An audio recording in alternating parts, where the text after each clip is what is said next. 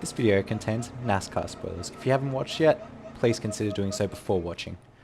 But Shane Van Gisbergen won the NASCAR Chicago Street Race. That is insane, and somehow I'm not surprised. This guy is just insane. Everything he touches seems to turn to gold. It's been that way for a few years now, ever since COVID, when he started branching out, when he started doing rally, when he started doing endurance, even when he did the Formula Series in New Zealand.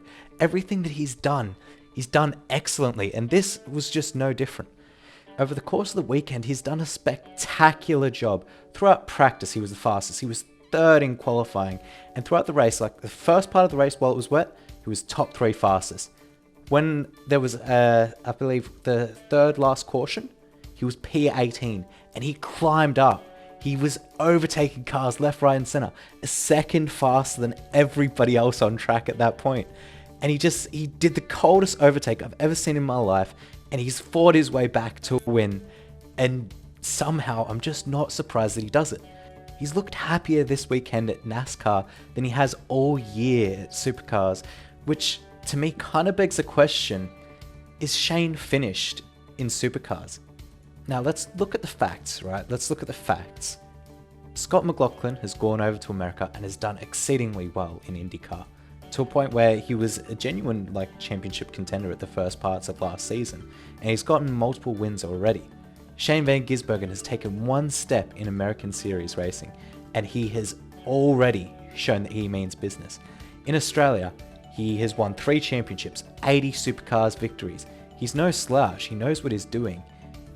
But the fact is, he's not enjoying Gen 3. He's not enjoying Gen 3 at all, and he's made that very clear. He's struggled a lot this year, despite the fact he's up there in the championship, still well within the fight. He hasn't enjoyed it as much as he has previous years, and that has been quite apparent. There's been a lot of rumours all season long, and especially as we get towards the silly season, about where he will end up after the year.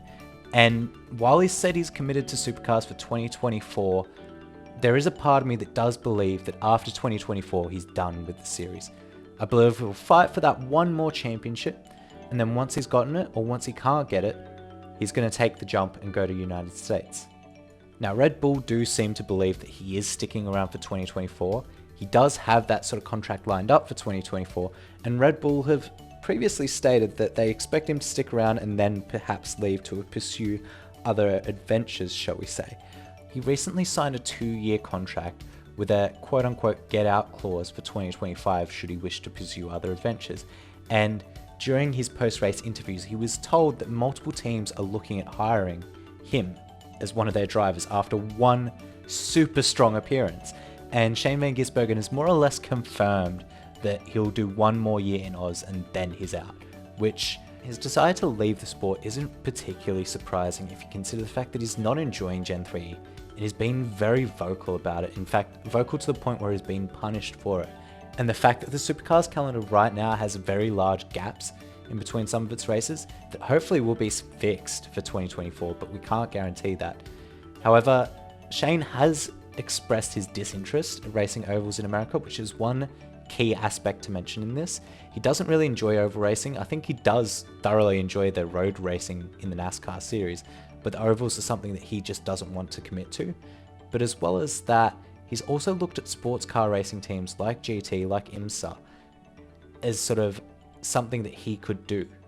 And that's already on top of his clear enjoyment of rally and sprint car racing.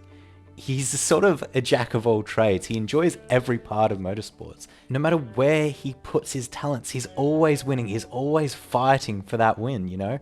We've seen it today. If you haven't watched that NASCAR race, if you haven't watched that race and you've come and clicked on this video first, go and watch the highlights. Go and find a full race stream if you can, because that was something else. He's the first driver to win on NASCAR debut in over 60 years.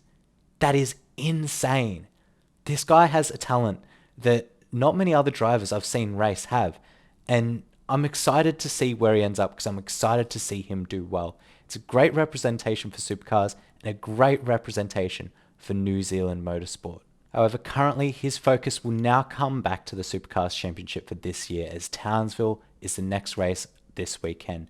I expect that Shane Van Gisbergen will be on it, trying to convert his pure pace from the Chicago Street Circuit into 2 more wins at the Townsville Street Circuit, and hopefully claw back some of that advantage that Erebus and Brody Kostecki and Will Brown have taken away from him and get that championship fight back on track. Anyway, what's your thoughts? Let me know down in the comments below. I'll catch you guys next time. Thank you all for watching. Goodbye.